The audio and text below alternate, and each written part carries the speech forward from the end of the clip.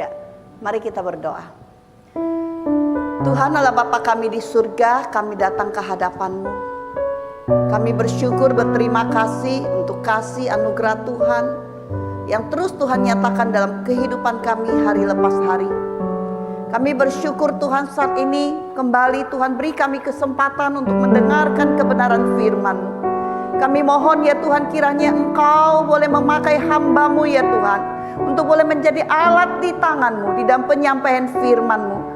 Biarlah kebenaran firman-Mu sekali lagi mengingatkan kami, menguatkan kami, untuk kami boleh melangkahkan kaki kami di dalam langkah iman ya Tuhan. Untuk kami boleh hidup, boleh makin bertumbuh dalam iman kami dan menjadi saksi dan teladan ya Tuhan, seperti yang Engkau kehendaki.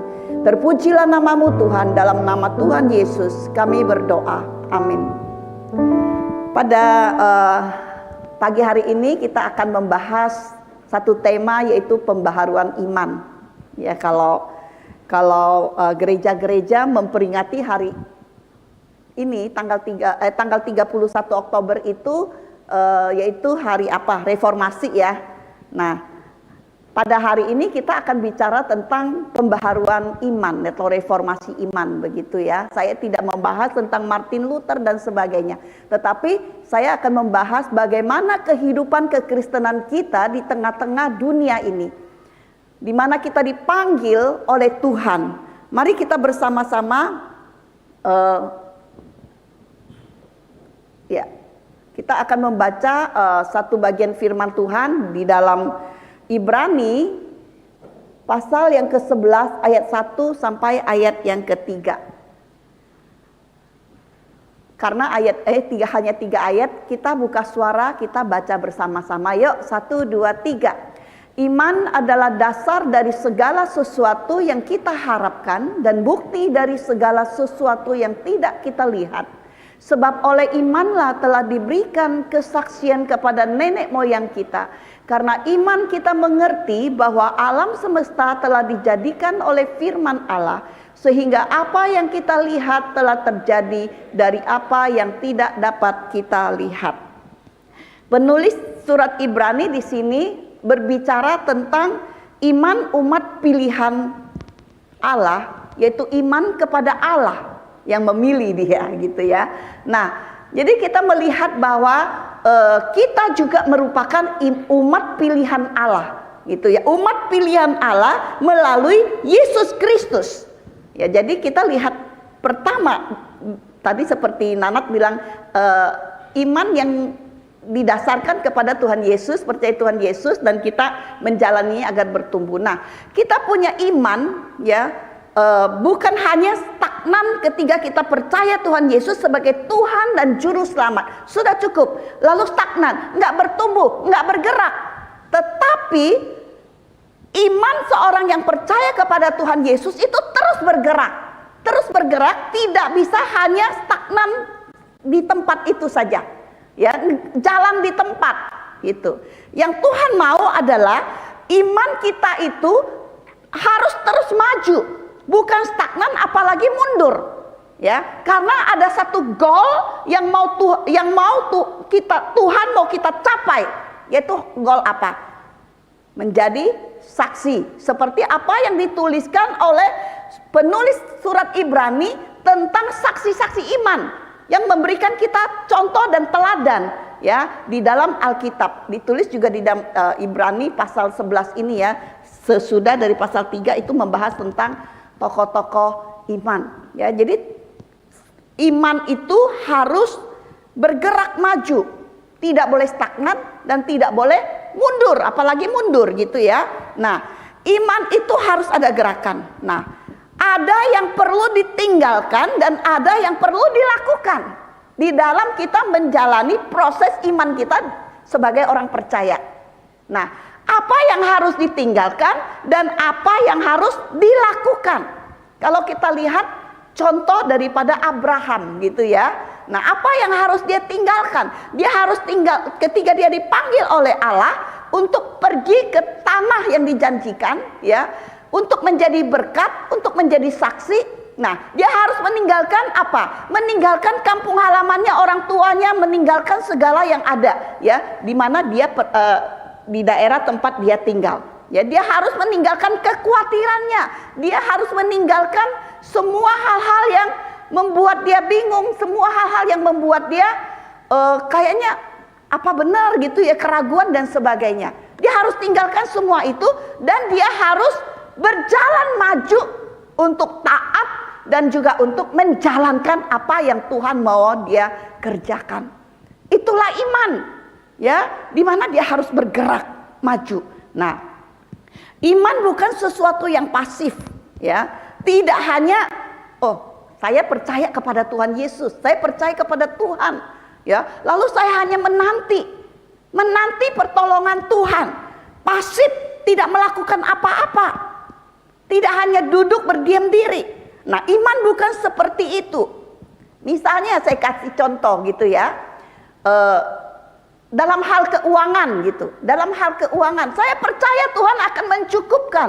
Tapi saya tidak ada usaha untuk bekerja, saya tidak ada usaha untuk mencari, untuk bergerak ya, melakukan sesuatu yang bisa menghasilkan gitu ya.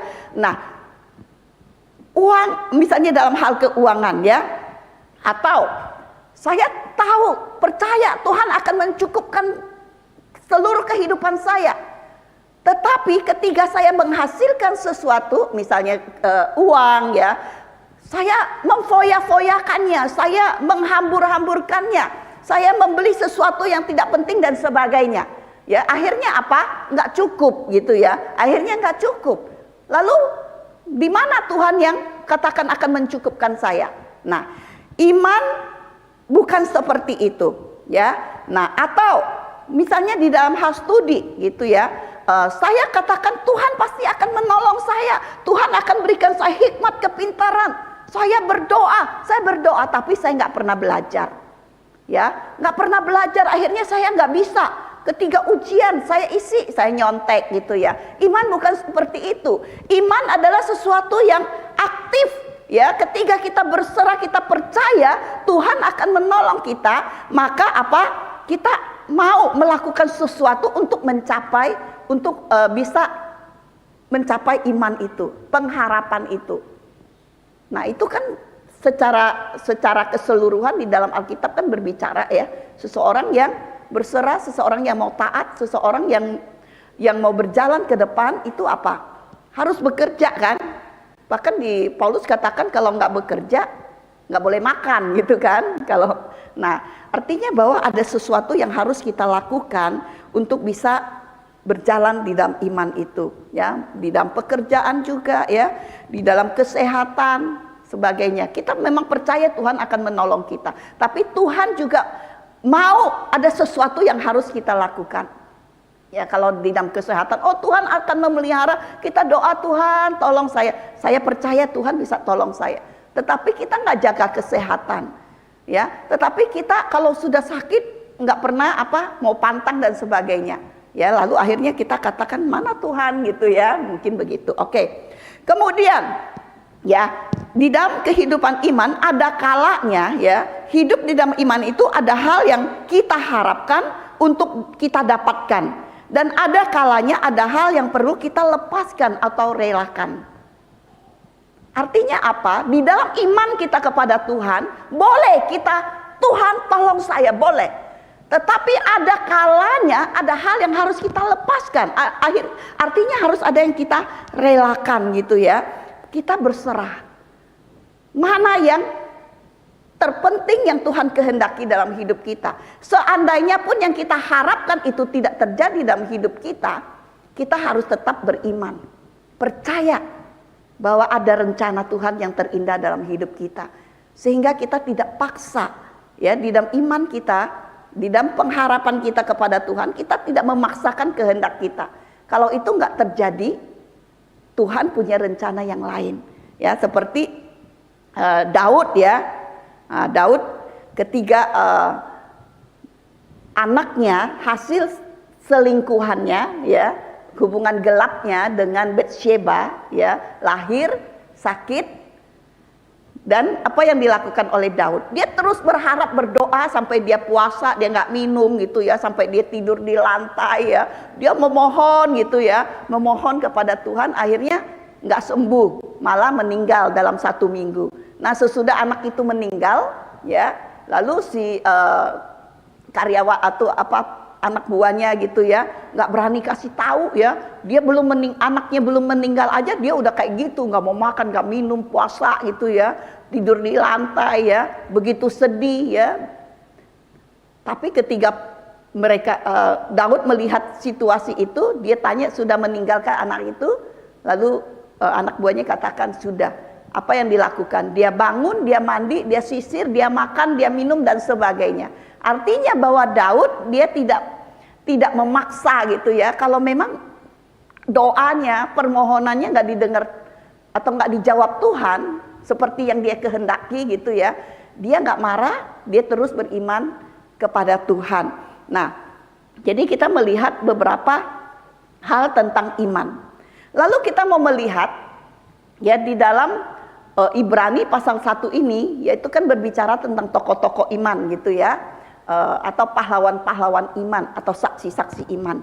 Nah, kita melihat bahwa ada disebutkan tentang Habel, Henok, Nuh, Abraham, Sarah, Ishak, Yakub, Yusuf, Yosua. Memang nggak secara gamblang disebut Yosua, tetapi iman tentang orang-orang yang yang keliling tembok Yeriko gitu ya, iman. Kemudian ada orang tua Musa ya, ada Musa, ada Rahab, Gideon, Barak, Simon, Yefta, Daud, Samuel dan nabi-nabi. Nah, kita melihat para saksi-saksi iman, mereka juga bukan orang yang sempurna. Mereka juga adalah orang-orang yang berjuang di dalam iman. Mereka juga jatuh bangun gitu ya, bukan orang-orang yang waduh imannya ya terus nanjak, enggak. Ya, mereka juga punya pergumulan di dalam iman mereka. Ya, mereka bukan orang yang sempurna. Ya, mereka juga jatuh bangun seperti kita gitu loh. Ya, kadang kita menjadi seorang yang benar-benar kita kayaknya aduh beriman, kadang-kadang enggak gitu ya. Nah, kita mengalami pergumulan seperti kita ya, tetapi kita melihat bahwa orang-orang ini mereka berhasil menang dari pergumulan dan menjadi teladan.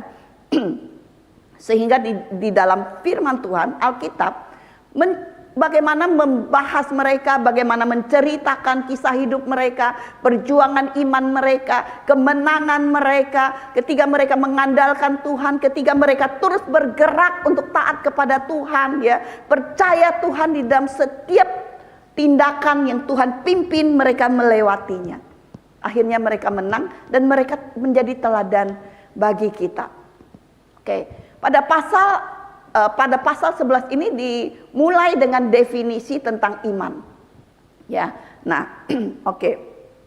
Kemudian pasal 11 ayat 1 dikatakan iman adalah dasar dari segala sesuatu yang kita harapkan dan bukti dari segala sesuatu yang tidak kita lihat. Ya, nah apa artinya? Coba kita lihat ya. Oke. Nah, dikatakan dasar segala sesuatu. Nah, dasar di sini adalah satu jaminan yang pasti. Jadi iman kita kepada Tuhan itu adalah satu dasar yang kuat. Ya, satu jaminan yang kokoh, yang tidak akan berubah, yang pasti akan terjadi. Nah, kemudian dasar atau jaminan iman kita adalah firman Tuhan. Jadi tidak ada hal lain selain firman Tuhan. Ketika kita mau lebih lagi bertumbuh di dalam iman kita, nggak bisa kita nggak baca firman Tuhan. Karena firman Tuhan itu dasar, di dalam kebenaran firman itu janji-janji Tuhan.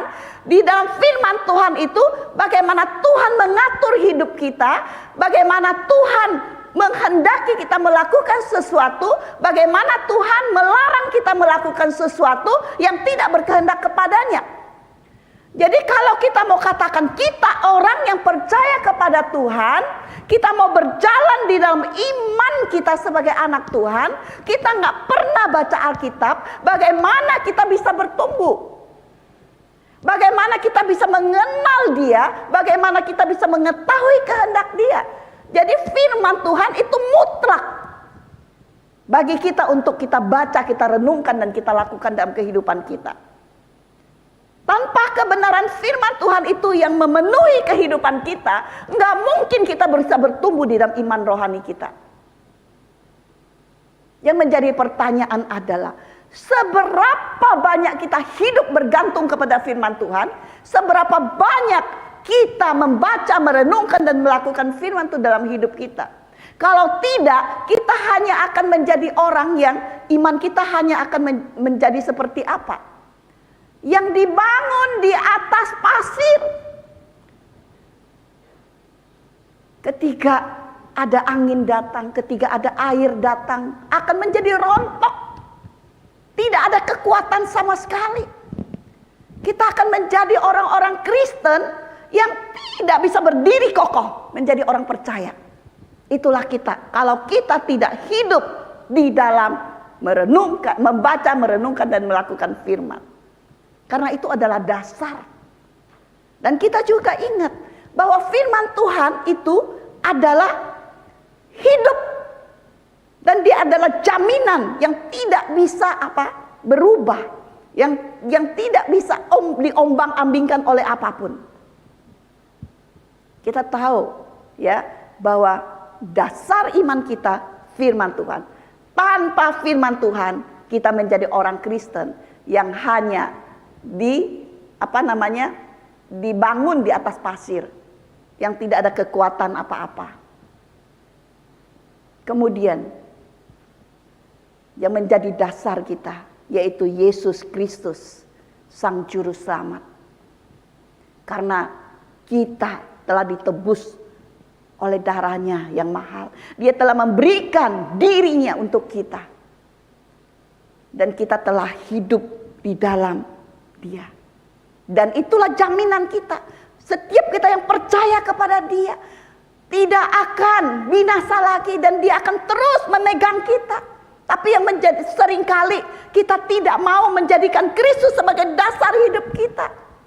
Kita lebih menjadikan harta kita, menjadikan kepintaran kita, menjadikan situasi dan kondisi yang ada di sekeliling kita untuk menjadi dasar hidup kita. Tanpa kita bersyukur dan kita menyadari bahwa Yesus Kristus adalah satu-satunya yang memberikan pengharapan bagi kita. Dia adalah dasar iman kita. Harus kita berjalan di dalam Dia. Apa hubungan iman dengan firman Tuhan?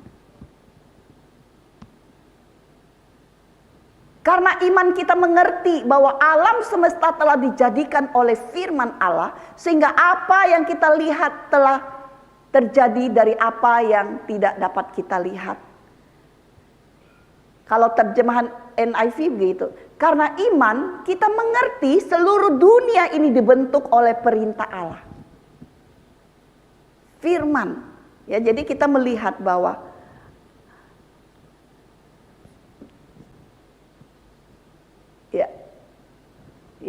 firman Tuhan adalah dasar dari iman kita, ya. Iman adalah katakan ya dan amin kepada apa yang dikatakan Tuhan dan melakukan apa yang Dia kehendaki.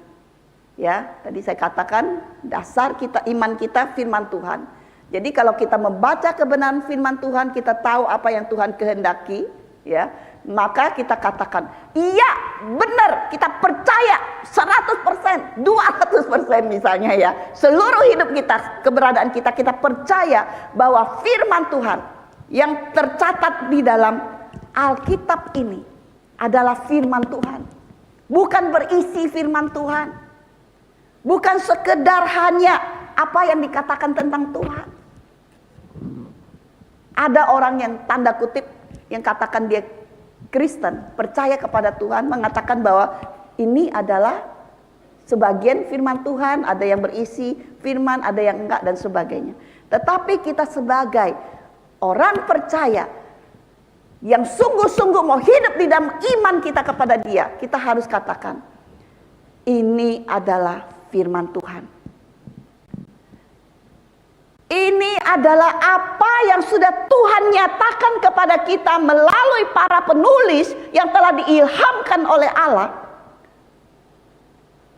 Kita percaya sepenuhnya ini firman Tuhan dan kita harus membaca, merenungkan dan melakukannya. Percaya dengan segenap hati kita.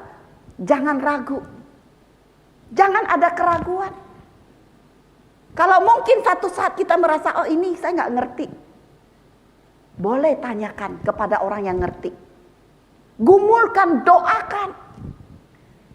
Seringkali saya aja bisa nggak ngerti gitu ya. Kadang-kadang baca gitu nggak ngerti. Saya cari. Kadang-kadang pada waktu saya baca kok kayak baca biasa gitu ya. Saya pakai berbagai macam cara. Saya minta Tuhan tolong. Kemudian saya baca yang audio, dengar yang audio dengan tenang sambil baca, saya sambil dengar, sambil mohon Tuhan tolong. Pasti Tuhan berbicara kepada kita. Ya dan amin. Tanpa firman Tuhan, gak ada dasar yang kuat. Melalui firman Tuhan kita mengerti alam semesta dijadikan melalui perintah Allah. Percaya perintah Allah berkuasa untuk menjadikan sesuatu yang tidak ada menjadi ada. Artinya apa? Artinya bahwa di dalam kebenaran firman Tuhan kita percaya kuasa Tuhan, karya Tuhan, termasuk diri kita adalah karya Tuhan. Tuhan menciptakan kita dan Tuhan memilih kita dan Tuhan menempatkan kita di tengah-tengah dunia ini. Ada peran yang harus kita jalankan. Ada tugas yang mau Tuhan percayakan ketika Tuhan ciptakan kita di tengah-tengah dunia ini. Nah, iman adalah bukti yang nyata terhadap perkara yang masih belum terlihat. Tadi saya katakan itu jaminan. Di dalam firman Tuhan, kita percaya. Ada hal-hal yang belum kita lihat.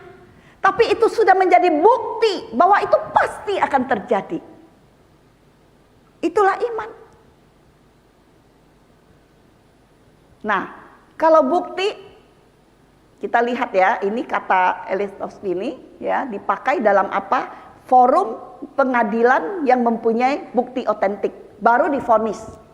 Jadi pengadilan itu, nih ada pengacara ya, ada pengacara juga di situ ya dulu ya. Jadi harus ada satu bukti yang otentik, bukti yang nyata, yang jelas, baru bisa divonis. Ya, nggak kayak pengadilan di zaman sekarang ya. Nggak ada bukti yang jelas ya, bukti bisa dibuat ya, saksi bisa dibayar gitu ya. Akhirnya divonis, yang tidak bersalah menjadi salah, yang salah menjadi tidak bersalah, ditangkap polisi, dapat triliunan, dapat begitu banyak ya, karena hasil korupsi. Nah di sini bukti di sini bukan seperti itu, tapi benar-benar otentik, benar-benar nyata, baru divonis. Nah, artinya ini bukti yang benar-benar benar gitu ya, yang benar-benar gitu ya, bukan sesuatu yang dibuat-buat. Oke, menunjukkan bukti yang sungguh-sungguh jelas gitu ya. Dibuktikan sekali lagi terhadap yang sudah menjadi fakta. Ya, jadi sudah dibuktikan lagi gitu ya, diperiksa lagi, benar nggak gitu loh. Nah, artinya begitu kuat bukti yang dikatakan di sini. Artinya bahwa ketika kita beriman kepada Tuhan, percaya firman Tuhan, ya, jadi kita apa? Belum terjadi, tapi kita benar-benar yakin sudah terbukti dan akan terjadi, gitu loh ya. Oke, nah, sudah terbukti walaupun belum terlihat. Nah, kalau di dalam perjanjian lama ya, kita melihat tokoh-tokoh Alkitab, mereka belum melihat Sang Mesias, tapi mereka sudah percaya, ya. Nah, lalu sesudah zaman Tuhan Yesus tidak melihat tetapi percaya kepada perkataan yang diucapkan dan perbuatan yang dikerjakan. Ya, kita nggak lihat loh. Ya, waktu Tuhan Yesus mengajar, pada waktu Tuhan Yesus berkata-kata gitu ya. Tapi kita percaya. Nah, iman yang seharusnya dimiliki oleh anak Tuhan. Nah, percaya dan bersandar karena kita mengenal Dia adalah Tuhan yang memang dapat dipercaya dan diandalkan. Nah, itu tadi kembali lagi ke firman Tuhan. Gak akan kita kenal Dia kalau kita tidak membaca firman Tuhan, ya. Jadi Percaya dan bersandar karena kita telah mengenal Dia. Oh, saya tahu, saya mau percaya kepada Tuhan saya karena saya mengenal Dia. Apa yang kita kenal tentang Dia? Tuhan yang penuh kasih. Kita tahu ya, Dia adalah Tuhan yang begitu mengasihi kita. Dia gak akan membiarkan kita. Dia terus menolong kita. Dia terus mengampuni kita dan sebagainya. Kita tahu Dia adalah Tuhan yang penuh kasih. Dan kita percaya akan hal itu. Sehingga ketika kita menjalani kehidupan kita, kita bisa bersandar. Kita bisa percaya kepada Dia. Kasih manusia terbatas. Kasih manusia bisa berubah. Tetapi kasih Allah tidak akan pernah berubah. Belakangan kita baca koran gitu ya. Kemarin suami saya bilang, si ini udah nikah 25 tahun, artis gitu ya. Diam-diam cerai gitu ya. Ada yang terang-terangan gitu ya dan sebagainya. Kayaknya cinta manusia bisa berubah. Kasih manusia gak ada apa-apanya. Tetapi kasih Tuhan yang kita pegang, yang telah menyelamatkan kita, kita jalani, mengandalkan. Kasih Tuhan dalam hidup kita. Tuhan kita yang setia. Tuhan kita yang tidak pernah tinggalkan kita di dalam segala keadaan apapun. Seringkali kita ragu, akhirnya apa? Kita jatuh. Ya, seringkali ketika kita bergumul gitu ya, kita mengalami kesulitan, kita rasanya benar nggak Tuhan bisa nolong kita? Kayaknya jalan saya jalan buntu. Akhirnya ketika kita tidak beriman, kita tidak mengandalkan Dia sepenuhnya, kasih setianya sepenuhnya dalam hidup kita, akhirnya kita melakukan apa? Bisa melakukan dosa, melakukan hal-hal yang tidak berkenan kepada Dia. Ya, ketika mungkin kita kesulitan keuangan, mungkin kita kesulitan, lalu kita katakan, Tuhan, aku percaya Engkau akan menolong saya, tetapi kok sekarang belum selesai permasalahan saya. Akhirnya kita meragukan kasih setia Tuhan, lalu kita ambil jalan pintas. Lupa kepada iman kita untuk mengandalkan Dia sepenuhnya. Tetapi kalau kita mengandalkan Dia sepenuhnya, kita akan apa? Dan kuasa Tuhan yang sepenuhnya dalam hidup kita, maka kita akan apa? Ya, maka kita akan mengalami Tuhan itu yang luar biasa dalam hidup kita. Ya, Dia yang berkuasa, Dia yang adil, Dia yang menjamin seluruh hidup kita. Amin. Dia yang menolong kita, menjamin seluruh kehidupan kita. Oke. Lalu percaya dan bersandar di dalam segala keadaan. Kalau kita percaya Dia adalah Tuhan yang begitu mengasihi kita. Dia adalah Tuhan yang setia, Dia Tuhan yang maha kuasa, Tuhan yang adil, Tuhan yang menjamin hidup kita.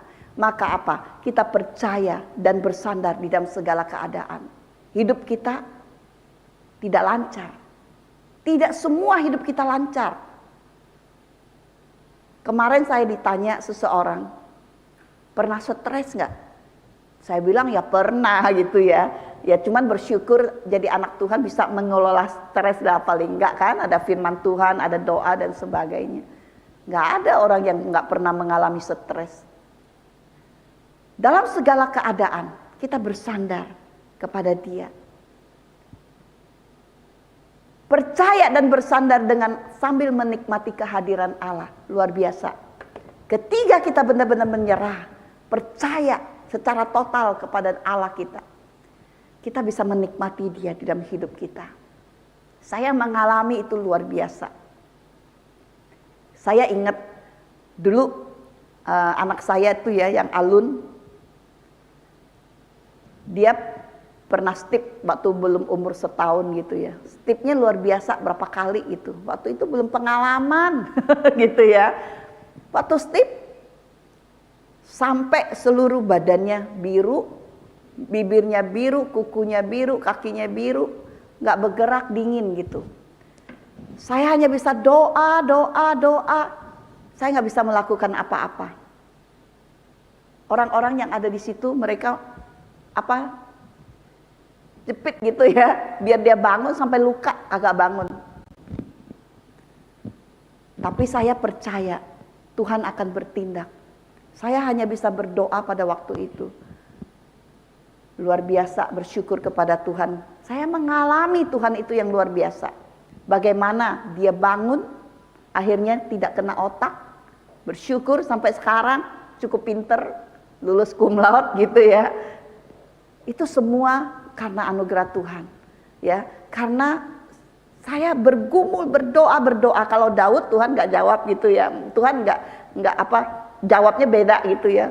Tapi pergumulan saya Tuhan jawab dengan luar biasa. Itu mengalami Tuhan. Kalau kita benar-benar mengandalkan Tuhan, itu kita bisa mengalami bagaimana Tuhan berkarya di dalam kehidupan kita. Tapi ketika kita ragu, seperti Petrus gitu ya, dia ragu akhirnya dia tenggelam. Kita bisa jatuh dalam dosa. Tapi percayalah, mengandalkan Dia, pasti kita bisa mengalami, menikmati kehadiran Tuhan, karya Tuhan di dalam kehidupan kita. Walaupun mungkin kita seperti Daud, kita tidak menerima apa yang kita harapkan. Tapi di situ kita bisa melihat bagaimana Tuhan menyertai dan menolong menguatkan kehidupan kita. Hingga saat ini kita bisa mengalami Tuhan. Saya mengajar anak-anak saya untuk terus beriman kepada Tuhan. Seringkali anak saya Alun, dia bilang gini, "Ma, toko sepi nih," katanya gitu ya. "Sepanjang hari nggak ada yang belanja," katanya. Saya bilang, "Kamu doa. Doa minta kepada Tuhan." Saya sama papanya pergi, pulang-pulang udah banyak yang belanja. Dia udah packing banyak. Dan itu sering kali terjadi. Doa bersandar sama Tuhan, bukan kepintaran, bukan kejagoan kita. Doa sama Tuhan. Ada kalanya Tuhan bisa izinkan hal yang sulit terjadi kepada kita, agar kita bisa bertumbuh di dalam iman kita. Agar kita bisa mau berserah, berharap, bersandar kepada Dia. Saya ngajar kepada anak saya, Huyen. Waktu SMP dia katakan, "Ma, aku mau kuliah ke luar negeri. Aku mau kuliah ke Jepang," dia bilang gitu ya. Saya bilang, "Doa," saya bilang. Saya selalu ngomong gitu. "Doa," saya bilang. "Udah doa, kamu berusaha belajar yang rajin biar dapat beasiswa." "Doa," saya bilang. "Doa enggak?" "Doa, Ma," katanya. "Belajar enggak?" Dia masuk ke SMA. SMP dia masih kurang gitu ya, enggak terlalu rajin belajar. Baca-baca udah. SMA dia tiap hari dia berdoa biar dapat beasiswa. Dia tiap hari belajar dengan rajin. Dia belajar seperti kokoknya gitu ya. Belajar dengan rajin. Dia dapat nilai yang tinggi. Terus saya bilang ke dia, waktu itu masih online gitu ya. "Kamu jangan nyontek ya. Saya lihat nilainya tinggi-tinggi, 190 apa gitu ya. Kamu jangan nyontek loh, kamu harus bersandar sama Tuhan, belajar dengan benar." Saya curiga, takut gitu ya. SMP nilainya 8 ke atas sedikit gitu ya, asal lulus gitu ya. Kok SMA tinggi banget nilainya gitu. Terus udah itu masuk kelas 2 nilainya tetap tinggi, padahal udah nggak online gitu ya. Di penabur nggak gampang buat nyontek karena CCTV banyak gitu ya. Ada nyontek, ada yang ketangkep gitu. Nah terus saya bilang, "Aduh, kamu nilainya tinggi-tinggi, jangan nyontek ya." "Enggak, Ma," katanya gitu ya. "Saya nggak nyontek," katanya. Nah bersyukur waktu dia naik tingkat 2, tingkat 3 gitu ya, nilainya bagus-bagus gitu loh ya. Nah dia belajar, ternyata dia rajin, dia belajar. Karena dia mau mencapai cita-citanya. Saya ajarkan dia, supaya kalau mau mencapai cita-cita kamu beriman, berdoa, minta Tuhan tolong, kasih kamu beasiswa. Minta Tuhan tolong supaya kamu nilainya bagus. Dan kamu juga harus belajar. Dia belajar. Dapat nilai bagus. Terus dia katakan, "Ma, aku gimana ya? Coba deh, Ma, tetap beriman." Tapi ada sedikitnya, carilah Indonesia juga. Dulu juga ya. Terus dia daftar di satu universitas Parahyangan gitu ya, di Bandung. Dia daftar hukum gitu, dia mau ambil hukum. Puji Tuhan dapat beasiswa juga gitu ya. Terus saya bilang, "Gimana antara dua ini?" Tapi saya nggak terlalu mau lah ya yang dihukum gitu ya. Ya ada alasan saya sendiri. Saya bilang, "Ambil Jepang." Jepang belum ketahuan nih dapat beasiswa apa enggak gitu. "Kamu doa enggak?" "Doa tiap hari, Mas, saya doa biar dapat beasiswa." Sungguh bersyukur kepada Tuhan, ya, dengan perjuangannya, dengan imannya, akhirnya Tuhan berikan kesempatan dia mendapat beasiswa, dan bersyukur lagi dia dapat beasiswa lagi di pemerintah Jepang gitu ya, buat kebutuhan sehari-hari. Ini semua saya ajarkan kepada anak-anak, ayo kita terus berdoa, kita terus bersandar kepada Tuhan, tetapi kita juga harus berjuang. Ya, kita harus mau berjuang. Pernah satu hari dia mau ujian nih, tapi dia sibuk pelayanan, ya. Dia belum belajar, dia mau ujian. Ma, aku nggak bisa nih pelajaran geografi. Dia nangis sampai matanya bengkak, gitu ya. Dia sampai matanya bengkak. Ma, aku mau ujian, aku nggak bisa. Aku bilang doa. Sekarang juga kamu doa, doa. Akhirnya dia ikut ujian, dapat berapa? 97, ya. Dapat nilai 97. Karena apa? Berjuang, berdoa, beriman kepada Tuhan. Kita bisa menikmati Tuhan dalam hidup kita, luar biasa. Hidup untuk menyaksikan iman kita, ini goal, ya. Hidup menyaksikan untuk iman kita. Bagaimana kita menjalani kehidupan kita, bersandar kepada Tuhan, Tuhan berkarya di dalam hidup kita, dan kita boleh menjadi saksi dan teladan. Bukan seorang yang kalah, akhirnya kita jatuh dalam dosa, tidak bersandar kepada Tuhan, meragukan Tuhan, mengambil jalan kita sendiri, akhirnya kita jatuh seperti Petrus, tenggelam. Tetapi satu hal lagi, kita bersyukur, Tuhan kita penuh kasih dan setia, dan dia akan mengangkat kita kembali. Dan kita harus punya satu hati, satu tujuan, mau jadi saksi, hidup terus bersandar kepada Tuhan. Seperti yang dilakukan oleh para saksi iman yang tertulis di dalam Ibrani ini. Biarlah kita juga bisa menjadi saksi bagi orang-orang di sekeliling kita, bagi keturunan-keturunan kita. Saya akan membacakan satu bagian firman Tuhan untuk menutup pembahasan kita pada hari ini, yang terdapat di dalam surat Yakobus pasal yang ke-1 ayat yang kedua sampai ayat 8. Saya bacakan ya. Iman dan hikmat. Saudara-saudaraku, anggaplah sebagai suatu kebahagiaan apabila kamu jatuh ke dalam berbagai-bagai pencobaan.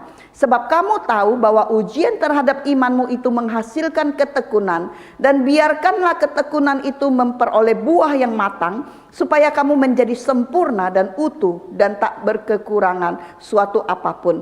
Tetapi apabila di antara kamu ada yang kekurangan hikmat, hendaklah ia memintanya kepada Allah, yang memberikan kepada semua orang dengan murah hati dan dengan tidak membangkit-bangkit, maka hal itu akan diberikan kepadanya. Hendaklah ia memintanya dalam iman dan sama sekali jangan bimbang, sebab orang yang bimbang sama dengan gelombang laut yang diombang-ambingkan kian kemari oleh angin. Orang yang demikian janganlah mengira bahwa ia akan menerima sesuatu dari Tuhan, sebab orang yang mendua hati tidak akan tenang dalam hidupnya. Biarlah kita boleh melakukan firman itu dalam kehidupan kita. Kita terus percaya, bersandar hanya kepada Tuhan. Mari kita berdoa. Tuhan Allah Bapa kami di surga, kami datang ke hadapan-Mu. Kami bersyukur untuk firman-Mu ya Tuhan. Memang seringkali sulit untuk boleh terus bertumbuh di iman kami, tapi kami percaya tangan Tuhan tidak pernah lepas dari kami. Tuhan akan terus menopang kami, Tuhan terus akan menguatkan kami. Asal mau tidak kami melangkahkan kaki kami mau mencapai tujuan akhir, yaitu goal untuk memuliakan Engkau, menjadi saksi dan teladan di dalam hal iman.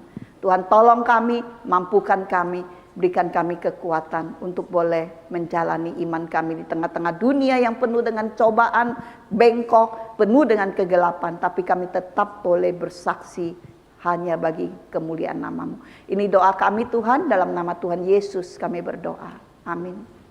Tuhan berkati.